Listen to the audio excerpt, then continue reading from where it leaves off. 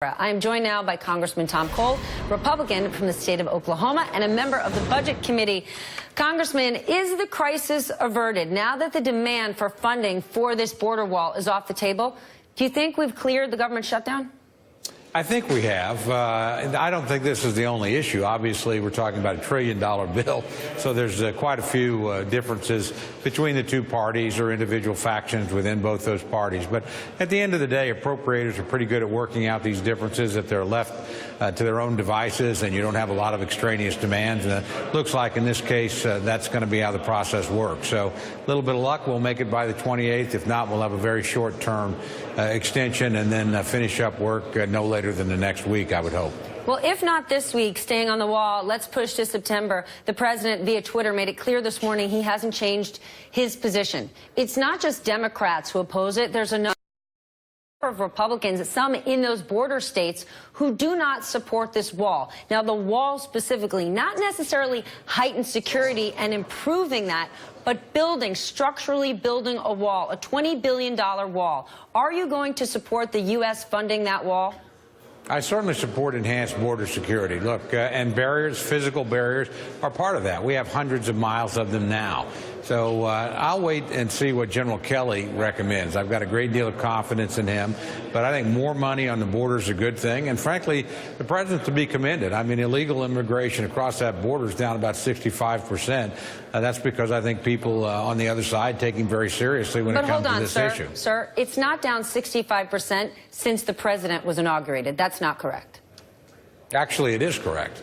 Illegal apprehensions are down about 65% since he's been inaugurated. So at least those are the figures we've been given. Okay, we're going to agree to disagree on that one. As it relates to this wall and Trump supporters who've been supportive of the wall, is that wall more important than, let's say, health care? As we look at the temporary spending bill, it looks like we're not going to get health care cleared. Well, it's certainly not as important as health care, and frankly, it's not as important as funding the entire government of the United States. I mean, what the president was asking for was a down payment in the order of $2 to $3 billion. The bill itself is close to $1 trillion and funds defense and every other agency of government save Veterans Affairs and military construction, which have already been completed. So this is a big deal, and it needs to get done so we've got some certainty and security for the country. In terms of health care, that's a separate issue entirely. They shouldn't be linked together.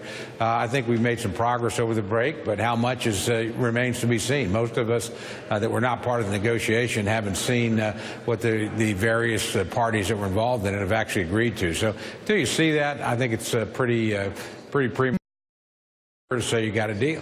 Well, as it relates to health care, do you have advice for Paul Ryan? One thing you do know how to do, you've got a lot of experience in, is whipping those votes together. When it comes to President Trump supporters who, for example, want things like coverage for pre-existing conditions or health care until the age of 26 under the parents' plan, that's not what the Freedom Caucus represents. So if you're Paul Ryan, if you're advising him, how does he walk this line and bring this together to get Republicans to push this thing through? Well, I think the conditions that you mentioned, pre-existing conditions and keeping people on their parents' plans at 26, are really non-negotiable. Those are things that the president has endorsed, and he's got to ultimately sign the bill. So I think there are other areas that we have in common. Some of those things can be done through executive action, others through bipartisan legislation. But look, you just sit down and say, is the current system working, Obamacare? In my state, it's not. We're down to a single provider. Rates are going up by 69%. We're not a Medicaid expansion state, so our hospitals are carrying a disproportionate burden. Look, we're anxious to have a change, and that's true in a lot of other districts. So I think you can get there, but at the end of the day, you don't get there by appeasing just one faction of your caucus. You got to negotiate and bring everybody together. I think the Speaker's been working on that. And frankly, a lot of members of the Freedom Caucus actually were prepared to vote for the American health care plan a couple of weeks ago and have made some very constructive suggestions themselves that have been incorporated in the bill. So, look, it's a normal legislative process. We'll get there or we won't, but Republicans are going to have to compromise with one another to actually achieve that objective. We're moving in that direction, but we're not there yet. Can you make some of those changes without a full repeal? Yeah, you can. Frankly, repeal is more a slogan. Look, we're not going to repeal pre-existing conditions. We're not going to repeal the ability of 26-year-olds to stay on their parents' insurance. There's a huge portion of Obamacare, it really had nothing to do with it, that's called the Indian Health Care Improvement Act. 200 pages of that bill. We're certainly not going to repeal that. So there are whole sections of this bill that are in law, the original Affordable Care Act, that will remain. But again, it's not working. Rates are going up. Unfortunately, we see usually high deductibles, and we see insurers freeing the market. So it has to be changed pretty substantially, or it will collapse under its own weight. Do you support President Trump's tax reform plan, reducing the corporate tax rate from 35% to 15%? Independent budget experts will say that could cost the government more than $2 trillion. And Steve Mnuchin himself has gone from saying this thing is going to pay for itself over time, and then it said, well, maybe that's not the case. Is it the corporate tax cut that's going to help spur job growth? Or is the key to actually close a number of those loopholes that benefit corporate America? For example, allowing corporations to send those dollars overseas. Well, you have to do both. I do support lowering the rates. I think they're the highest in the world. I do support also closing a lot of the loopholes. I certainly support, moving to what's called a territorial tax system so that we don't double tax American profits. They pay taxes in the country where they're earned, and if you bring them back here, you have to pay full taxes on them again.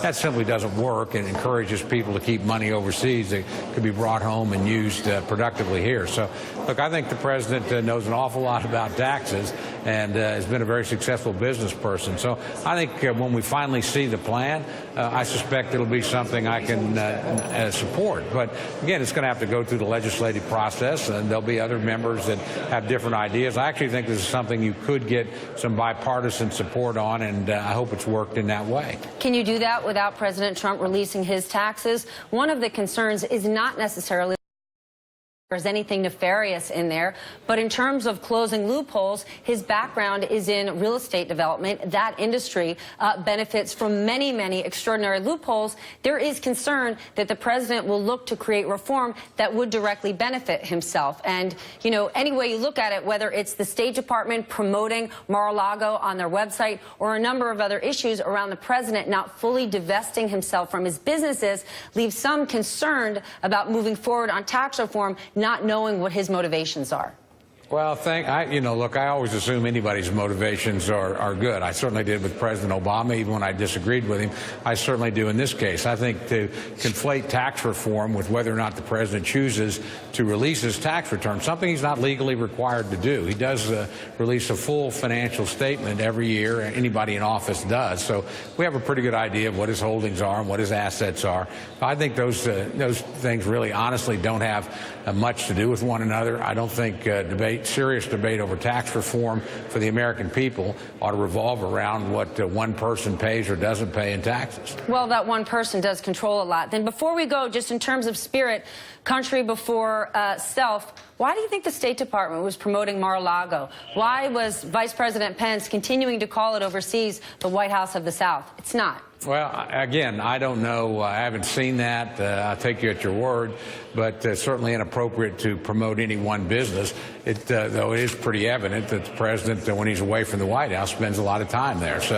But I don't think it ought to be promoted in any way. Frankly, no private business should ever be promoted by the United States government. It creates an unfair advantage for one business over another. So if that was happening, it ought to stop, and I suspect it will. All right, Congressman, thanks so much.